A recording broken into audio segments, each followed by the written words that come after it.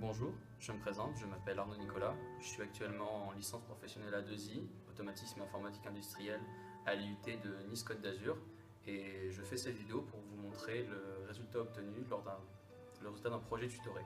Alors c'est un projet qui nous a été donné par notre professeur monsieur Jean-Louis Salva à l'occasion de la fin de la licence professionnelle. Le but de mon projet était de programmer un petit microcontrôleur qui s'appelle le CC2530, qui est un microcontrôleur créé par Texas Instruments. Je devais en fait le reprogrammer de façon à gérer à distance, en haute fréquence, des capteurs pour les mettre, si on veut, en mode économie d'énergie. Ça permettait, comme si un peu de faire une petite station météo, si on voulait, un peu comme de la domotique. Pour programmer le CC2530, je n'ai pas utilisé une carte venant de chez Texas Instruments qui aurait fonctionné avec un système de plug and play, mais plutôt nous avons recréé une carte avec Monsieur Salva en incorporant différents éléments pour pouvoir tester différentes choses sur le CC2530. Les différentes étapes donc, pour ce projet tutoré étaient en premier, bien sûr, la réalisation de la carte, donc sa soudure. Le petit point avait déjà été réalisé lorsque j'ai commencé le projet.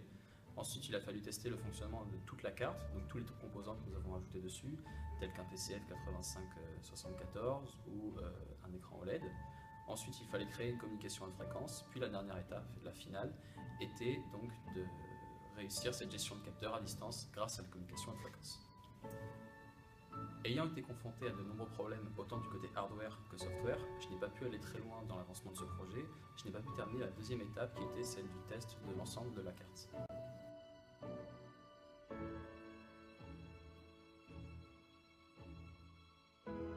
Comme vous pouvez le voir, chacun des deux boutons permet de faire clignoter une LED.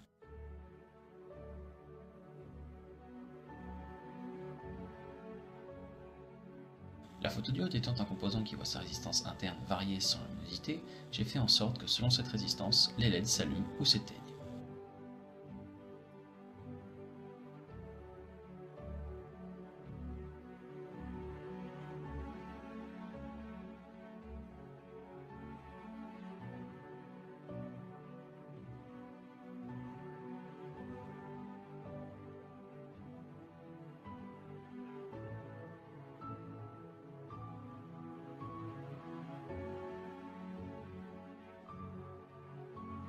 Pour utiliser l'AOP, il faut absolument le recabler sur une lab deck, car sinon il ne fonctionne pas.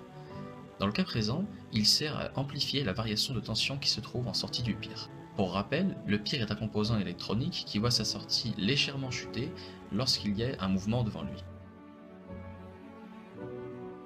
On voit très nettement sur l'image les deux chutes de tension qui ont eu lieu lorsqu'une main a été passée devant le PIR.